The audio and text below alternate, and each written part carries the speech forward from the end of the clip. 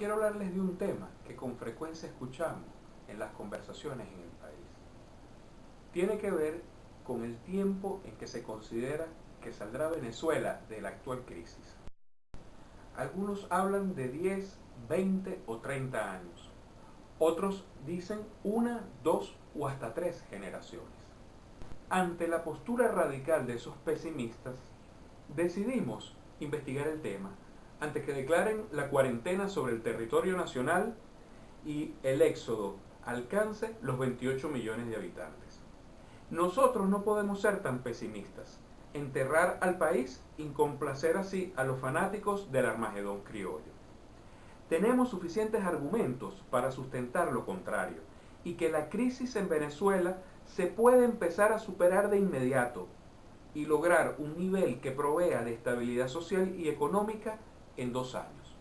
La crisis. La actual crisis venezolana tiene su origen en un proyecto político. Lo errado del concepto degenera en una crisis social y económica sin precedentes. Resumiendo, tenemos 3 crisis. Una crisis política, una crisis social y una crisis económica. De la crisis política hablaremos en otro momento. Aquí hablaremos de la social y de la económica. Pero antes de entrar en materia, es prudente destacar un punto. Y tiene que ver con la costumbre muy común de generalizar. Hacer general o común una cosa. Formar un concepto que comprendan todos. La intención de generalizar es buena. El problema es que al sintetizar la información debemos tener toda la data adecuada, necesaria y confirmada que le dé veracidad. Generalizar lleva a, primero, alejarse de la verdad. Segundo, juzgar las situaciones equivocadamente. Tercero, distorsionar la realidad. Cuarto, tomar decisiones apresuradas y equivocadas. El ejemplo más común de generalización es los venezolanos somos flojos. Lo han repetido tanto como lorito que lo hemos creído. El venezolano llena las paradas, andenes de trenes y metros y las autopistas que llevan a los centros de trabajo desde la madrugada. Investigamos y esta generalización se remonta a la época de la colonia, cuando los blancos mantuanos les decían flojos a los negros esclavos que trabajaban 12 y 14 horas, 7 días a la semana. Algo así como lo que veíamos en la película 12 años de esclavitud.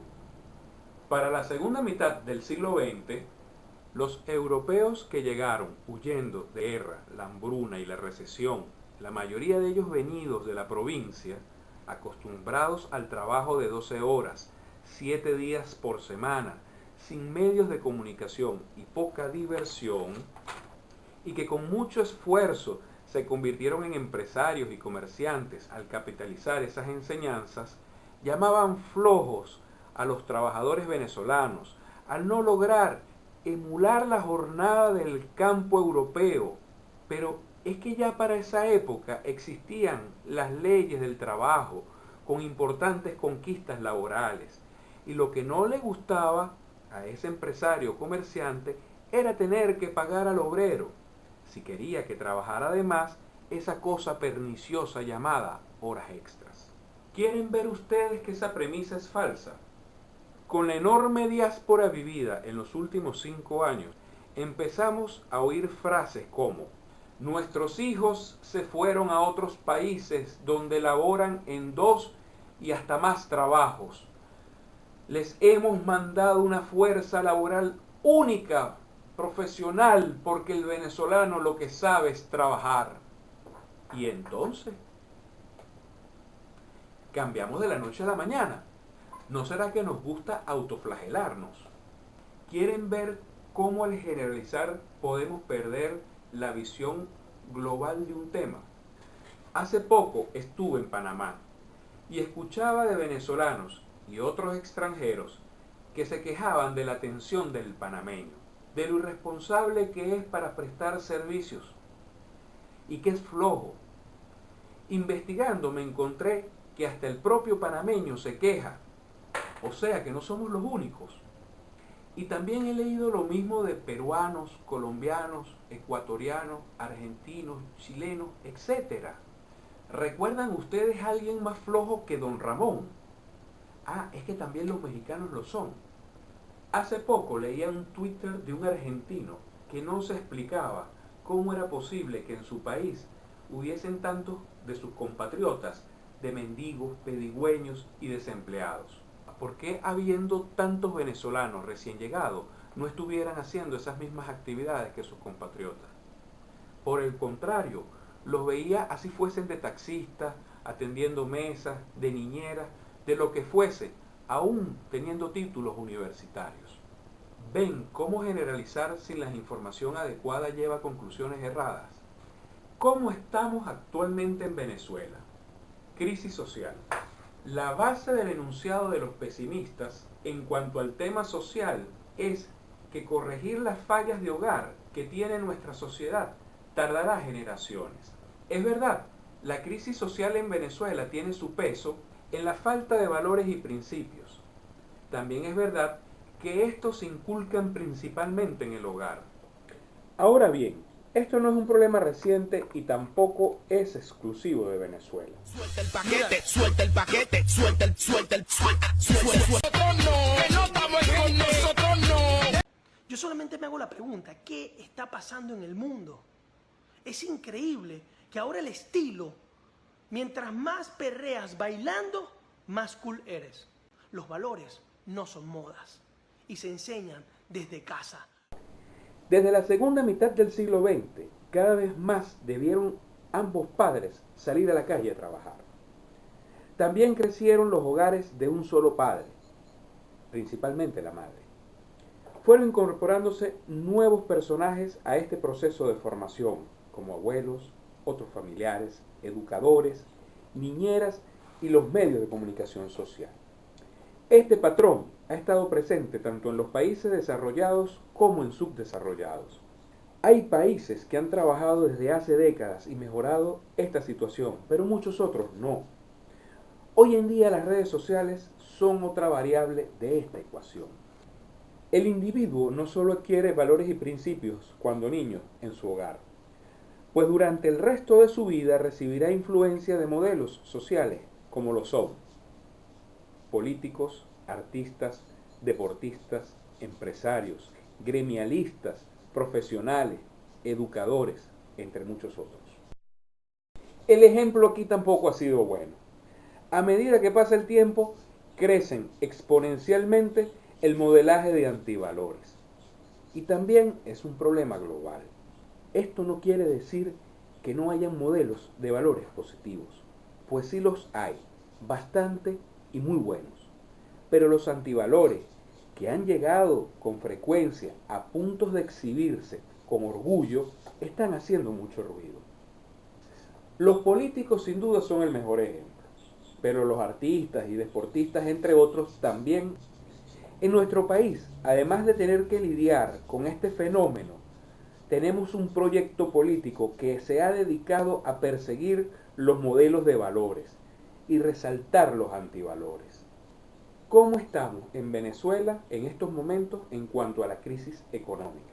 El proyecto político actual, copiado de un modelo comprobadamente fallido, nos ha dejado con hiperinflación, caída de las reservas monetarias, caída de la producción de petróleo y minería, caída de la producción privada, dependencia de las exportaciones, falta de seguridad jurídica y caída de la inversión extranjera, caída de la industria del turismo, escasez, etc. Toda una gran caída, todo un verdadero desastre. Pero bien, con todo este panorama desastroso, ¿de dónde sacamos que podemos echar el país adelante y en poco tiempo? Lo primero es dejar a un lado la generalización y manejar datos reales y confiables. Lo segundo es argumentar y para ello investigar. Lo tercero es dejar la autoflagelación, dejar de sentir lástima por nosotros mismos y embraguetarnos para echar al país adelante. Si nos tocó ser parte de este proceso en un momento convulsionado, como les tocó a quienes vivieron las dictaduras de Gómez o Pérez Jiménez, afortunados seremos de escribir la historia. A quien no le gusta, tiene oportunidades para no hacerlo. Ahora bien, si te quieres quedar o lamentablemente no te puedes ir, hay que armarse de inteligencia y las herramientas que tengamos para luchar por el futuro. ¿Cómo salir adelante? En lo social. Mientras la situación económica están estables, las crisis sociales están como el sucio, bajo la alfombra. En 1992 estalló en la ciudad de Los Ángeles, en Estados Unidos, una ola de disturbios que se generalizó y dejó 54 muertos y 2.000 heridos. Si bien el detonante fue un tema racial, causas subyacentes establecieron razones de fondo económico como el elevado desempleo por una fuerte recesión. Millares de tiendas fueron saqueadas e incendiadas. Transeúntes inocentes eran golpeados salvajemente en la calle y bandas de exaltados disparaban a la policía. 1.100 edificios quemados, 10.000 personas arrestadas, 10% de ellas anglosajones. Si ustedes creen que esto sucedió hace 25 años atrás y no se ha repetido, están equivocados. El 9 de abril del 2001 en la ciudad de Cincinnati, en Ohio, un joven negro de 19 años, Tim Thomas, fue muerto por un policía blanco durante una persecución. Siguieron 4 días de violencia en los que 70 personas resultaron heridas. La calma volvió después de implantarse el estado de emergencia y el toque de queda. En agosto del 2014, en la ciudad de Ferguson, en Missouri, la muerte de Michael Brown, de 18 años de edad, por disparos de la policía, causó 10 días de violentos disturbios entre negros y los cuerpos de seguridad del Estado.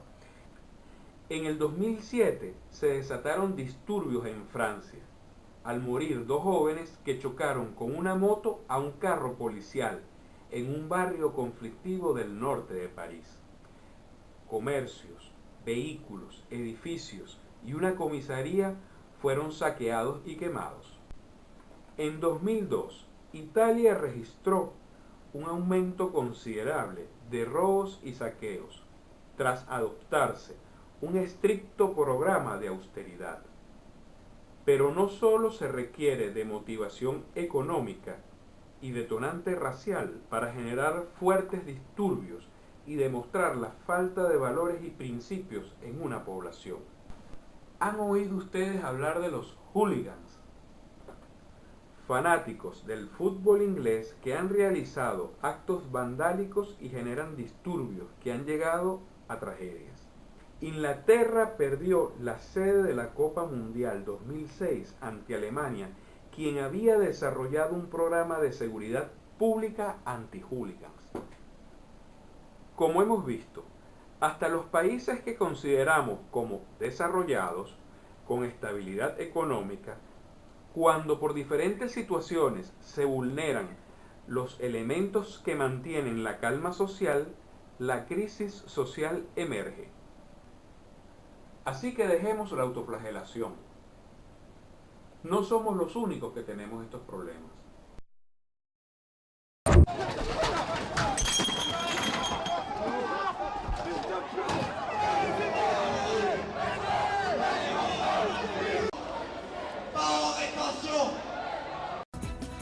Crece la cifra de víctimas por el terremoto de este sábado en Chile. Ya se contabilizan más de 400 muertos y 2 millones de damnificados. En horas de la mañana de este domingo en Concepción, la gente comenzó a saquear los supermercados y establecimientos electrodomésticos. No tienen qué comer y han aguantado durante muchas horas la sed y el hambre. Algunos aprovecharon la situación para robar electrodomésticos y elementos que no son necesarios para la supervivencia. Tengo 5 hijos, nos estamos muriendo de hambre, no tenemos agua, no tenemos nada. Y Piñera viene, se pasea en helicóptero y no hace ni una wea.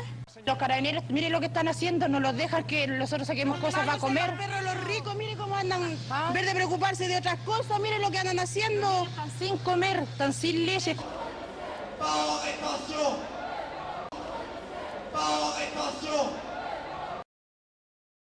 Es cierto que una vez que pasa la etapa de inculcar valores y principios en el hogar, el tema se torna más difícil, tampoco lograrlo es imposible.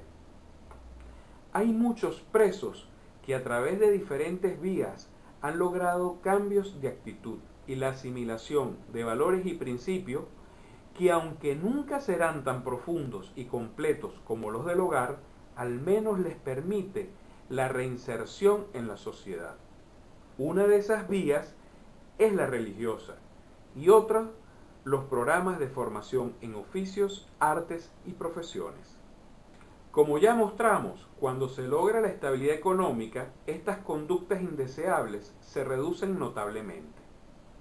Lo más importante es que después de este aprendizaje, de este laboratorio social, el venezolano cambiará, y mucho, tanto en su forma de ser como en su forma de pensar. El venezolano está aprendiendo, el que no lo sabía, que si no trabaja no come, que el papá gobierno no es un benefactor confiable, que no es un buen padre. La mujer venezolana es un buen ejemplo de un desarrollo social interesante. Antes de la llegada de este proyecto político, en buena medida había aprendido a salir adelante sola, a no depender del marido irresponsable. La evolución de ellas en los últimos 20 años del siglo pasado había sido descomunal. Esto es una muestra de cómo cambian y rápido las sociedades. Hoy en día todo cambia muy rápido y eso se lo debemos gracias a la tecnología, medios y redes, la globalización y la profesionalización. A través de los medios, la publicidad y con el alcance casi limitado de las redes sociales, con unas campañas bien diseñadas se puede lograr mucho. Hay una visión de que salir adelante será casi imposible. El grado de deterioro moral, económico, de la infraestructura, etc. es tal que es fácil sentirse así. Pero también ver todo el tiempo, en todos los aspectos, solo lo malo, es autoflagelación. Llega un momento que perdemos el sentido de la valoración objetiva y podemos creer cualquier absurdo, siempre y cuando valide nuestra opinión negativa. Hay que comenzar a ver el vaso medio lleno, valorar las cosas positivas que sucedan, del lado que sucedan, y evaluar objetivamente el peso real de lo negativo. No es fácil, hay mucho que hacer, pero no es imposible.